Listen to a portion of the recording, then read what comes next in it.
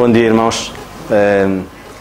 É sempre muito bom estar aqui, mas também não sei porquê, mas eu fico sempre com as mãos geladas e as orelhas quentes. Acho que é o sistema nervoso isto. O sangue deixa de ir para as mãos e concentra-se nas orelhas. Acho que isto é algo impressionante. Mas é uma responsabilidade muito grande e que o Senhor nos ajude e que me ajude agora esta manhã a poder dizer aquilo que Ele quer que eu diga. Não aquilo que nós às vezes queremos ouvir, mas aquilo que o Senhor quer transmitir. Vamos, antes de podermos iniciar com a palavra, vamos orar e pedir a orientação do Senhor também. Senhor nosso bendito e amado Pai, queremos Te dar graças, Pai, porque de facto é bom quando estamos na Tua presença, Pai, e quando nós nos deleitamos na Tua palavra, Senhor, e a nossa mente viaja, Senhor, por aquilo que Tu nos queres dizer, Senhor.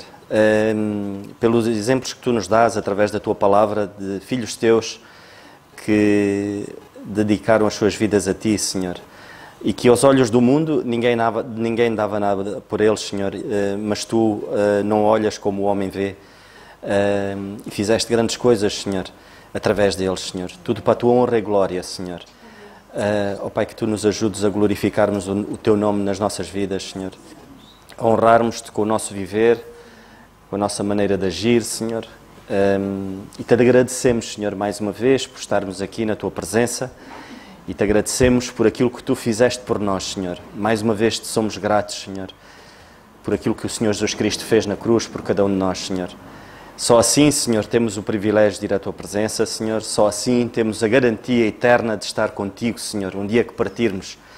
Ó Pai, isso dá-nos uma segurança, um descanso, uma tranquilidade, uma paz que infelizmente o mundo procura em coisas fúteis, coisas que perecem muito rapidamente, Senhor. Ajuda-nos de facto a ser a luz, Senhor, e a poder transmitir esta verdade, Senhor, este antídoto para um veneno terrível, Senhor, que é a morte eterna, Senhor, separada de Ti. Que Tu nos ajudes, Senhor, a poder transmitir a salvação através da cruz. Mais uma vez Te damos graças pela Tua palavra esta manhã, no nome do Teu Filho, nosso Senhor Jesus Cristo. Amém. Irmãos, esta manhã eu gostava de falar convosco acerca de um tema que já surgiu há muito tempo, mas acho que continua muito atual, que é a anorexia espiritual. Não é o normal, não é a anorexia espiritual, mas sim física, é um problema, é um distúrbio alimentar, que é mais do que isso. E eu vou muito rapidamente só falar um pouco o que é. A anorexia em si é algo que afeta muitos jovens, principalmente as jovens. É algo que faz com que os jovens deixem de olhar para eles próprios como eles são, passam a ter um olhar negativo, e isso depois afeta-os, ou seja, deixam de gostar deles próprios, deixam de perceber o potencial que eles podem ter e mergulham num abismo profundo, onde isso depois, como é óbvio, eles querem parecer algo que não são. E isso em termos alimentares é muito grave, porque leva mesmo à morte. Há muitos que deixam de se alimentar porque se acham gordos, e isso depois faz com que o nosso organismo deixe de funcionar como devia de funcionar. É algo silencioso, é lento e silencioso. É algo que entra em muitos lares, em que os próprios líderes, os pais, não se apercebem, e vai minando e aos poucos vai destruindo esses jovens, essas jovens. Mas eu não era dessa anorexia que eu queria falar, eu quero falar-vos da anorexia espiritual. E é um mal lento e silencioso. E muitas das vezes esse mal começa dentro da própria igreja. E isso depois afeta, porque nós somos um corpo, nós funcionamos como um corpo. E quando a igreja começa a sofrer da anorexia espiritual, isso depois vai afetando os membros. E isso é falta de quê? De alimento. Quando nós não priorizamos a palavra de Deus dentro da igreja, isso depois vai afetar todos. Afeta todos os membros. Não há hipótese. Quando nós vemos hoje uma igreja priorizar o espetáculo, quando nós vemos hoje uma igreja priorizar tudo menos a palavra. Quando nós vemos uma igreja no seu tempo real de 1 hora, tem 10 minutos para a palavra e tem o resto do outro tempo para todas as outras atividades, onde a igreja se foca nos ensaios disto, nos ensaios daquilo, na atividade disto, na atividade daquilo. E, no fim, temos 5 minutos para a palavra de Deus. Aí começa uma morte lenta e silenciosa, que é a anorexia espiritual, porque a igreja deixa de se alimentar. E o antídoto para a anorexia espiritual é o Senhor. Não há outra volta a dar. O físico é o alimento físico, mas o espiritual é o Senhor. Só o Senhor pode suprir essa falha. Só o Senhor pode suprir essa lacuna. Ou seja, isso é a responsabilidade de todos nós. Muitos de vocês que estão sentados podem pensar, sim, mas eu não tenho essa responsabilidade. Eu não tenho essa responsabilidade, não sou eu que dirijo os jovens, não sou eu que prego, não sou eu que sou responsável pelo Ministério A ou B, por isso não me cabe a mim. É mentira, todos nós temos essa responsabilidade aqui. Todos nós temos a responsabilidade de podermos priorizar a palavra dentro da própria igreja.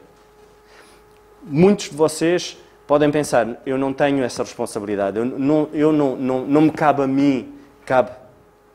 Nós temos os nossos lares, nós temos o nosso lar e começa por aí. Se nós ministrarmos e pudermos alimentar o nosso lar com a palavra, já estamos a alimentar a igreja em si. Porque os nossos filhos ouvem, nossa esposa, quem está à nossa volta, então já estamos a fazer alguma coisa. E é isso que o Senhor quer. Eu queria partilhar convosco e queria abrir em Juízes. E esta história fala-nos um pouco acerca disso. Juízes, capítulo 6.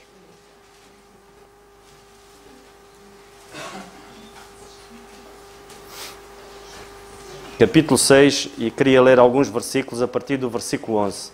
E fala-nos deste homem, de Gedeão. Queria-vos falar um pouco acerca dele.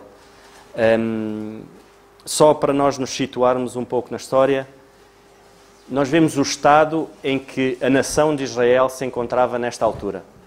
Anorexia espiritual completa. Ou seja, um povo escolhido por Deus, um povo que se afastou dos caminhos do Senhor e abraçou outras ideologias, abraçou outros costumes de outras nações, e nós pensamos assim, de facto é um povo naquela altura, como é que eles foram capazes de fazer isso? Nós somos precisamente a mesma coisa. Nós somos feitos da mesma massa, da mesma carne. E quando nós... a anorexia funciona assim. Quando dentro do nosso lar os líderes, os supostos líderes, os pais que têm que cuidar dos filhos, têm que estar atentos aos filhos, dentro da igreja também funciona assim. Nós somos um corpo, nós temos que estar atentos uns aos outros. Nós temos que perceber se de facto o irmão está a sofrer com algo, se o irmão está a precisar de ajuda. Esse é o papel de cada um de nós, dentro da igreja, corpo de Cristo. Cuidarmos uns dos outros, termos essa atenção. E nós vemos aqui um povo em que o Senhor deu-lhes tudo e eles afastaram-se por opção própria. Nós vemos um povo com uma visão distorcida de si próprio. Nós, como igreja, corpo de Cristo hoje, nós somos muito privilegiados. Somos os mais privilegiados. Nós hoje temos o Senhor connosco 24/24. Nós podemos nos dirigir a Ele 24/24 horas. Mas nós às vezes vimos e temos uma visão errada daquilo que o Senhor nos dá. Então isso é anorexia. Quantas jovens olham para o espelho e pesam 42 quilos ou 46 quilos e acham-se gordas? Nós às vezes achamos-nos que não temos a capacidade porque somos coitadinhos. Às vezes olhamos para nós próprios e pensamos que somos uns coitadinhos. Nós não somos uns coitadinhos. Nós somos filhos de Deus. De criaturas, passamos a ser filhos. É um privilégio. É algo que subimos num patamar enorme. Do zero, subimos para o topo. De criaturas, subimos para filhos. Então isso faz de nós. Então vamos olhar, de facto, como nós somos. E nós lemos aqui, diz-nos assim, a partir do versículo 11. Então o anjo do Senhor veio, assentou-se debaixo do carvalho que está em Ofra, que pertencia a Joás, a Abi-Zerita, E Gedeão, seu filho, estava malhando o trigo no lagar para o salvar dos medianitas. Então o anjo do Senhor lhe apareceu e lhe disse: o Senhor é contigo, varão valoroso. Prestem atenção, o Senhor começa logo por dizer: o Senhor é contigo, varão valoroso. Como é que Gedeão se estava a ver naquela altura? Ele estava escondido a malhar o trigo, com medo. E logo a seguir diz: mas Gedeão lhe respondeu: ai Senhor, mas Senhor meu, se o Senhor é conosco, por que nos sobreveio tudo isto? E que é feito de todas as suas maravilhas que os nossos pais nos contaram, dizendo: não nos fez o Senhor subir do Egito? Porém agora o Senhor nos desamparou e nos deu na mão dos medianitas. Então o Senhor olhou para ele e disse: vai nesta tua força e livrarás Israel da mão dos medianitas. Porventura não te enviei eu? E ele disse: ai meu Senhor meu, com que livrarei Israel? Eis que o meu milheiro é o mais pobre de Manassés, e eu o menor da casa do meu pai. Esta era a visão que Gedeão tinha dele próprio. Era uma visão completamente de rastros.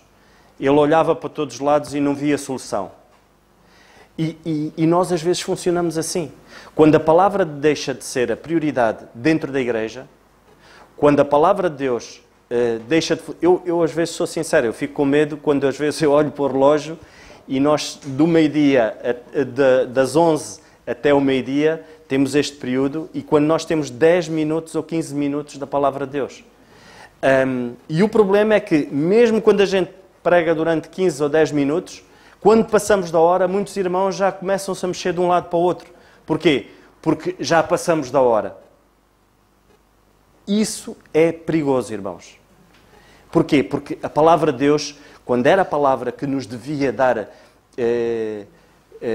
contentamento, quando era a palavra que nos devia alegrar, quando era a palavra que devia com que nós tínhamos mais fome de ouvir, começa a ser algo que nos incomoda. Então há qualquer coisa que não está bem. Temos de ter esse cuidado, irmãos. E nós vemos este homem aqui com um olhar completamente destroçado, com um olhar, ele pensa: mas quem sou eu para agora o Senhor pegar em mim e fazer alguma coisa? Ele, nem para ele próprio ele pensava que poderia fazer algo, quanto mais por uma nação. Mas o Senhor olhou para ele não como os homens olham. Eu acredito certamente que se fosse um homem a escolher alguém naquela altura para fazer algo pela nação de Israel, nunca o iria escolher a ele. Um indivíduo escondido a malhar o trigo, com medo dos medianitas, onde o olhar dele era temeroso, provavelmente, quando ele próprio dizia que era o menor, tudo para ele era tudo pequenino para ele. E nós às vezes agimos assim. Nós às vezes menosprezamos o poder de Deus nas nossas vidas. A anorexia tem uma coisa: ela afasta-nos. Alguém que começa a se afastar, a isolar. A seguir, perde o interesse por se alimentar, como é óbvio. E depois entra numa tristeza profunda. Esses são sintomas. Se alguém algum dia for ao médico e geralmente é que vai dizer: olha, mas o teu filho ou a tua filha tem este problema, olha, cuidado com estes sintomas. Ela isola-se, ela deixou de ter interesse por se alimentar, ela está triste ou ele está triste. Esses são os sintomas e temos de ter cuidado. E nós muitas das vezes é assim que funciona. Como filhos de Deus, quando não deveria de ser assim, nós agimos assim. Nós fazemos como este homem, nesta altura em que ele vivia apavorado. Ele não estava focado no Deus dele, no Deus... Ele lembra-se, ele diz: o Deus dos meus pais, dos nossos antepassados, que fez isto, fez aquilo, fez aquilo outro. É como se esse Deus já não existisse. E nós agimos assim. Nós agimos como se Deus às vezes não existisse na nossa própria vida. Como Deus não se movesse no meio do seu povo. E agimos assim. E ele estava a agir assim. E a anorexia é isso. Agem como se ninguém se interessasse por eles, como se ninguém se importasse. Mas não é assim que deve acontecer. Nós lemos em Hebreus, e temos de ter cuidado, e esta é uma advertência que o Senhor nos faz. Lemos em Hebreus no capítulo 10, muito rapidamente, no capítulo 10 de Hebreus, e no versículo eu vou ler a partir do versículo 23. Retenhamos firmes a confissão da nossa esperança, porque fiel é o que prometeu. E consideremos uns aos outros, para nos estimularmos ao amor e às boas obras, não deixando a nossa congregação, como é costume de alguns, antes admoestando-vos uns aos outros, e tanto mais quanto vede que se vai aproximando aquele dia. Esta é uma das advertências para os nossos dias e é um perigo da anorexia. É quando nós nos começamos a isolar, ao ponto de muitos se afastarem e quando, às vezes, nós podemos, preocupados, ou quando alguém se aproxima e diz, não, eu não preciso da igreja. Eu alimento-me na minha casa, eu consigo orar, eu consigo ler a Bíblia na minha casa e eu estou bem assim. E quantas vezes isso depois leva ao caos? Isso depois leva à tristeza. Nós não temos que viver vidas tristes. Nós não temos que viver vidas desesperadas.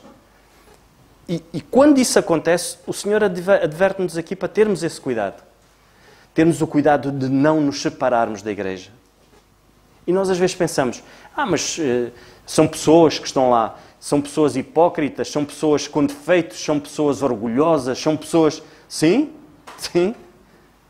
E é mesmo assim. A igreja é feita de pessoas assim, somos todos pecadores. E viemos aqui para quê? Para nos alimentarmos da palavra, para servirmos, para estarmos juntos, para o Senhor nos falar. O Senhor fala-nos de várias maneiras. E é por isso que somos um corpo. É por isso que esse corpo funciona. Temos de ter o cuidado, irmãos, de quando sentimos algo na nossa vida que não é algo que nos dá contentamento, quando nós sentimos que algo não está bem, então temos que fazer uma retrospectiva. Temos que ver em que ponto é que nós podemos corrigir a trajetória. Existe o perigo, e este homem, Gedeão, e nós vemos mais à frente como é que Deus o usou, ele estava focado no problema dele. Ele estava tão amedrontado e estava tão preocupado com toda a situação à volta dele, que ele só se focou nele próprio. E a anorexia é assim. A pessoa foca-se só nela própria. E começa a fazer comparações em relação aos outros. E nós, às vezes, agimos assim. Quantas vezes nós focamos-nos em nós próprios e começamos a comparar a nossa vida com a vida dos outros. Não façamos isso, irmãos. Isso vai nos levar ao caos. Isso leva-nos a isolar-nos. Porquê? Porque eu nunca vou conseguir ser igual ao Zé, ao Zé Luís, ao Carlos. Nunca vou conseguir ser igual a eles. Eu tenho que me concentrar naquilo que Deus vai fazer em mim. E isso é que eu tenho que me concentrar. Eu tenho que orar ao Senhor e pedir, Senhor, o que eu tenho é isto. Ele não tinha nada. Ele não tinha absolutamente nada. Mas o Senhor fez algo nele. E é isso que nós temos que pensar. O Senhor pode fazer muita coisa em mim. O quê? Vou orar. Senhor, eu tenho isto para te dar. Como é que eu posso fazer? O que é que eu posso fazer para que tu me uses? E o contentamento nas nossas vidas só vem no serviço. Nós só vivemos uma vida de contentamento quando nós servimos. Não há outra maneira. Podemos nos contentar com outras coisas, outros prazeres desta vida, mas é muito momentâneo. Esse contentamento acaba rápido. Não é algo que permanece, onde as circunstâncias à volta podem ser as mais difíceis. E nós continuamos contentes no Senhor. Nós continuamos com o vigor que o Senhor nos dá. É fácil? Não é. Nós vemos a figura do apóstolo Paulo. Tudo à volta dele, as circunstâncias eram demais. Uma sentença de morte o esperava. As circunstâncias não eram as mais fáceis. Mas ele vivia uma vida de contentamento. Porquê? Porque ele estava focado no sítio certo. Ele comparava-se, ou seja, o foco dele e a imitação dele era a figura do Senhor Jesus Cristo. E essa tem que ser a nossa bitola. Se eu me comparar com o Senhor Jesus Cristo, então eu vou querer galgar mais degraus. Eu não me vou estar a focar em alguém que também tem erros, que também comete pecados, que também tem uma vida que não é fácil. Eu não me vou comparar com uma pessoa assim. Eu quero me comparar com o Senhor Jesus Cristo. Então eu vou viver uma vida como tal. E é isso que nós temos de fazer, irmãos. Não deixemos que os nossos problemas, nem deixemos que aquilo que à nossa volta nos afete. Não pode não ser fácil, mas vamos dar o passo à frente. E o passo à frente é nós olharmos para o Senhor de uma maneira diferente. É nós olharmos como o Senhor vê. Nós vemos que o profeta, quando foi ungir o novo rei de Israel, David nem estava ali. O próprio pai não dava nada por David. Porquê? Porque ele olhava não com os olhos como Deus vê, ele olhava com os olhos como o homem vê. E nós vemos perfeitamente que o Senhor não olha assim. O Senhor não olha para nós da nossa maneira que nós somos ou da nossa maneira que nós achamos que devemos ser. O Senhor olha para o coração de cada um. Ele analisa, é Ele que consegue perceber a intenção do coração de cada filho dele. E deixemos que o Senhor trabalhe na nossa vida. Nós podemos voltar outra vez à passagem, muito rapidamente.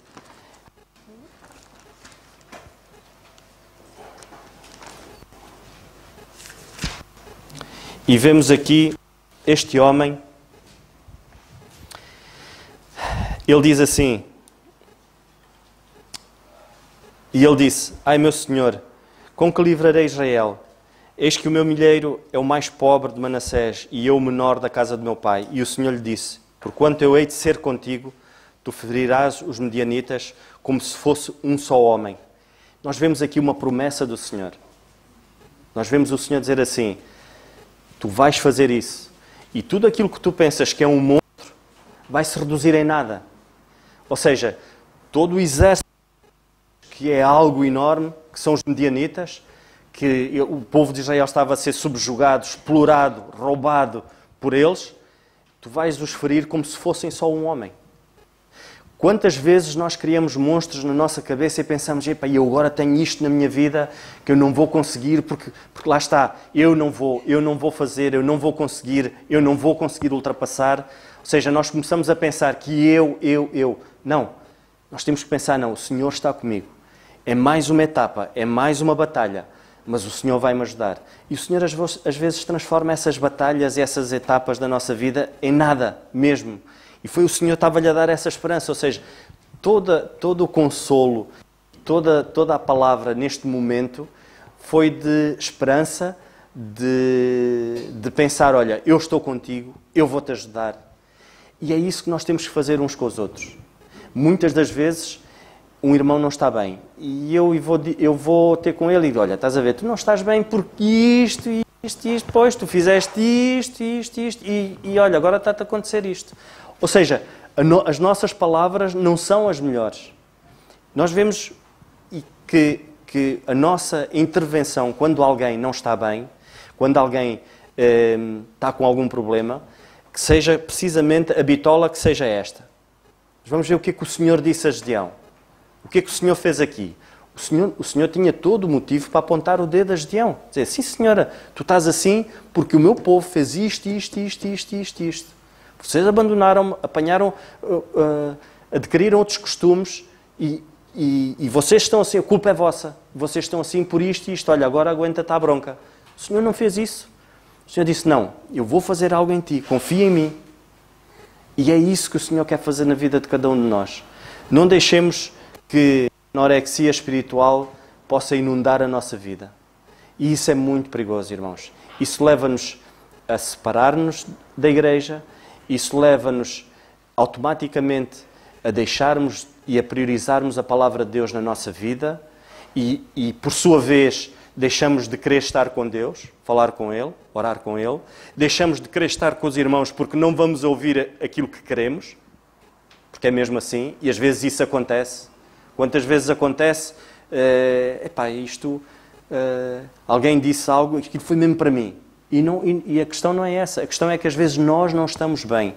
E é preciso ouvirmos a palavra de Deus, é preciso haver transformação na vida de cada um de nós.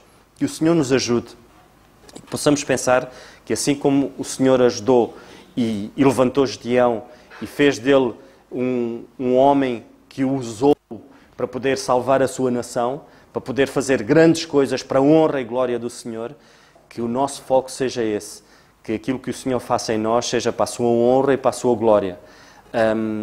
E que não possamos pensar e limitar o Senhor, e às vezes limitamos o Senhor às nossas próprias capacidades. Pomos o Senhor em mesmo pé da igualdade que nós próprios. Então isso limitamos o Senhor na nossa vida.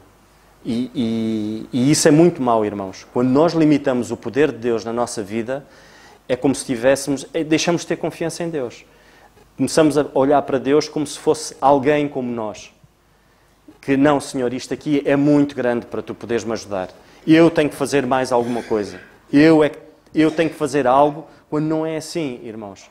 O Senhor dá-nos Ele capacita-nos a cada um de nós. E não pensemos que somos os menores, não pensemos como Gedeão pensava, eu sou o menor da casa do meu pai. Epá, eu não tenho capacidade nenhuma, aquilo que eu tenho é tão pouco. O que é que eu posso fazer? O meu milheiro é o mais pequeno de todos. O que é que eu posso fazer? Não pensemos assim, irmãos. Não temos nada. Aquilo que não temos, vamos dar ao Senhor. Olha, não tenho nada, Senhor. Tenho-me a mim, usa-me. E o Senhor vai cuidar. E o Senhor vai fazer levantar aquilo que nós pensamos que é impossível, o Senhor faz. Que o Senhor nos ajude e que possamos pensar que nada nos pode separar do amor de Deus. Mas temos de ter cuidado, irmãos, porque podemos viver numa apatia e a anorexia espiritual pode nos fazer afastar-nos de Deus. E esse é o objetivo de Satanás. Ele não nos consegue tirar a salvação, mas ele consegue fazer com que nós nos desviemos e nos afastemos e deixemos de ser uma bênção e deixemos também de receber a bênção. Que o Senhor nos ajude, irmãos.